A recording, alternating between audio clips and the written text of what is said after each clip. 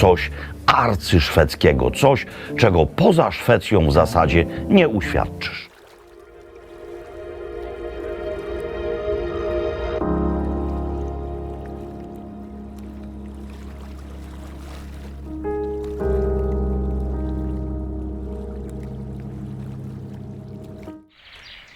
Witamy wszystkich serdecznie. Ja, wuja Rybor i oczywiście pan Ścisław Jurek. Pan Ścisław Jurek dostał już imię, także będziemy nazywali Ścisław Jurek. Także panie Zdzisławie, o czym dzisiaj pogadamy? No o kolejnej metodzie konserwacji ryb. A mianowicie dzisiaj pogadamy sobie o kiszeniu ryb. O kiszeniu ryb wiele ludzi słyszało tylko i wyłącznie dlatego, że są szwedzkie śledzie, surströmming albo jakoś taką, nie wiem, nie umiem po szwedzku tego wymawiać, i to są śledzie bardzo śmierdzące, bardzo popularne w internecie, bardzo popularne w internecie, też ponieważ bardzo śmierdzą. Zaraz sobie o tym smrodzie powiemy. Znaczy już powiem wam, dlaczego te śledzie śmierdzą. Przyswajalność białka rybiego jest bardzo duża, nawet do 97%. Nasz organizm potrafi sobie z tych białek wygenerować jakieś różne aminokwasy, które są nam potrzebne do życia, czyli te białka nie są zbytnio złożone. Jest 4 czy 5 typów białek, jakie występują u ryby. Jak będziecie chcieli, zrobimy osobny odcinek na temat białka ryb. W każdym bądź razie te rybie białko jest bardzo podatne na rozkładanie się. W sensie takim, że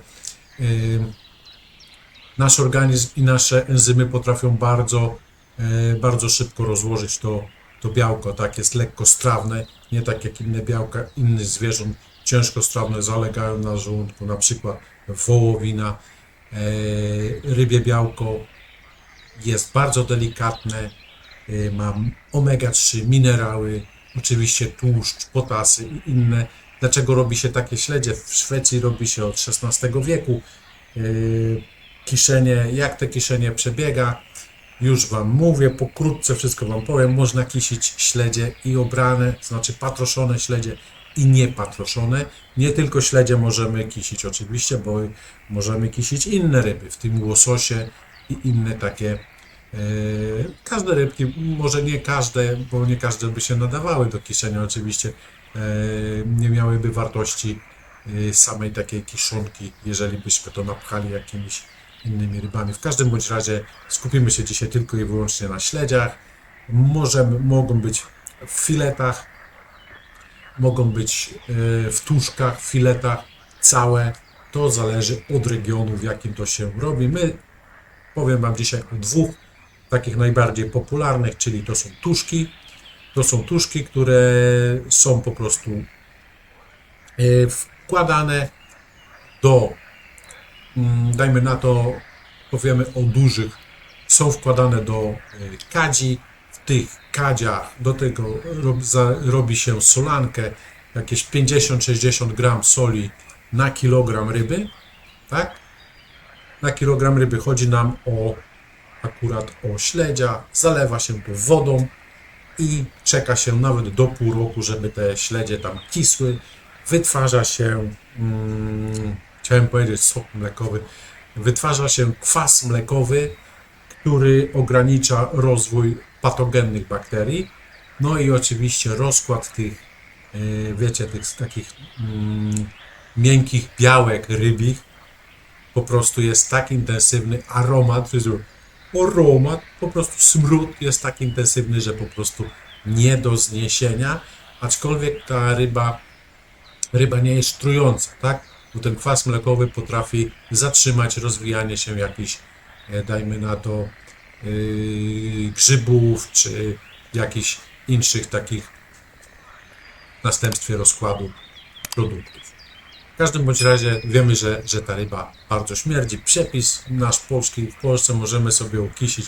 Kupujemy sobie śledzie, Szwedzi mają bałtyckie, kupujemy sobie śledzie, czyściutkie, eleganckie, kroimy sobie w małe kosteczki, no znaczy nie takie małe, takie dajmy na to 3-4 cm kosteczki, 50 gram soli, to jest dużo soli, 50 gram soli to jest dużo tej soli i wrzucamy to, przesypujemy to solą, wrzucamy to do słoika, zakręcamy i kisimy sobie 2 miesiące, miesiąc. Możemy obserwować w słoiku, jak ten proces przebiega, tak? W każdym bądź razie to jest kiszenie, to jest kontrolowane gnicie jakichś tam produktów. Dajmy na to, w tym przypadku to są ryby.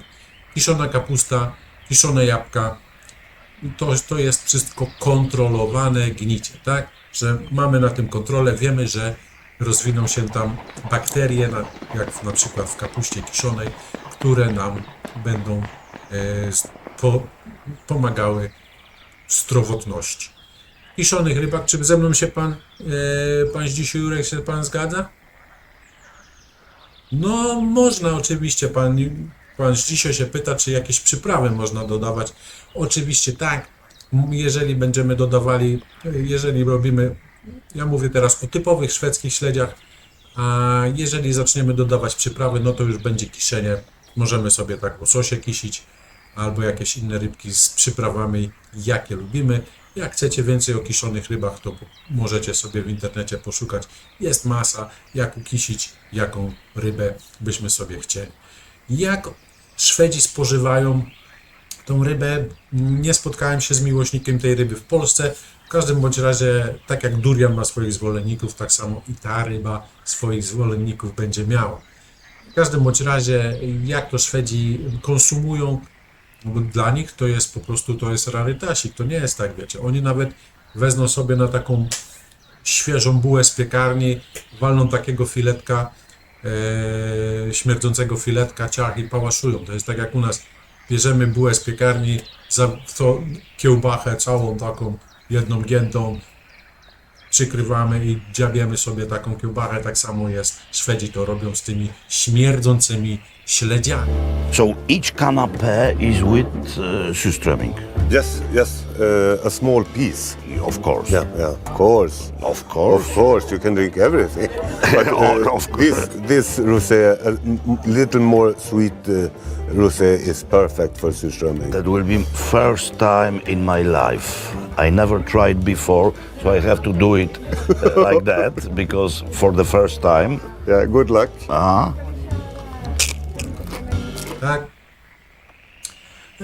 Też nie chce mi się wierzyć, że wszyscy Szwedzi oczywiście zachwycają się tą śmierdzącą rybą, czy tam jedzeniem tej śmierdzącej potrawy. Powiem wam tylko pokrótce, jak oni, z czym oni to jedzą. Otóż to jest taki mąka z wodą, robią taki płaski chleb, to jest mąka z wodą bez drożdży, taki płaski chleb, płaski chleb, no kawałek takiego, jak wam to powiedzieć, spodu od pizzy, dajmy na to, trochę jeszcze nawet bardziej cienki, na to jest pokrojona czerwona cebulka, ziemniaki albo zrobione takie mashed potato i do tego są fileciki z tego śledzia, albo na przykład jeżeli otwieramy puchę, gdzie są tuszki, no to musimy wyciągnąć te ości z tej ryby, wtedy taki filecik kładziemy sobie tam również. Na to możemy dać łyżkę gęstej śmietany albo fresh creme, jak to tam lubi, i tak oni sobie to smakowicie pałaszują. Oczywiście wiecie, no jak kto lubi, ja akurat tutaj nie mam takich śledzi, ale sami wiecie, że nawet, że niekontrolowany smród gnijącej ryby, bo na pewno gdzieś się spotkaliście na rybach z jakąś zdechłą rybą, która na pewno się już rozkładała, to jest niekontrolowane kiszenie się ryby, dajmy na to gnicie, niekontrolowane gnicie, a w puszce jest kontrolowane gnicie. I najlepszym, jeszcze wam powiem, że najlepszą oznaką, jak Szwedzi poznają, że jest dobry śledź, to jest zaraz jak się puszkę otworzy, to ten pierwszy odór, ten pierwszy aromat, który wylatuje z tej puszki, oni mówią tak. I oni wtedy już wiedzą, ile soli było w tej puszce, gdzie ten śledź był łowiony, w jakim rejonie, w jakim kwadracie.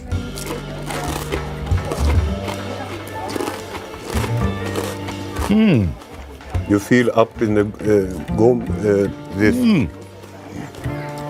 Lovely stuff. This is like a nice cheese. Yes, like very well matured cheese. It's very Yeah. good. Drodzy Państwo, tak, to jest bardzo intensywny smak. To ma lekki posmak przejrzałego sera właśnie, camembert, który leżał na piecu przez miesiąc. Lekki amoniak, ale doskonały balans, rzeczywiście słodycz ziemniaków. That's fantastic. Yeah, yes, That's yes. fantastic. I told you. Także jeżeli ktoś z Was lubi te śledzie albo smakował te śledzie, to zapraszam do komentarza. Pozdrawiam wszystkich serdecznie. Lajkujcie, subskrybujcie, rób ta co chce ta i pamiętajcie, powiedział śledź do śledzia, więc płyń tam i śledź. Tak powiedział śledź do śledzia. Ryba nie myśli, ale swoje wie. Pozdrówki, życzę Wam zdrowia i połamania wędek na okolicznych drzewach.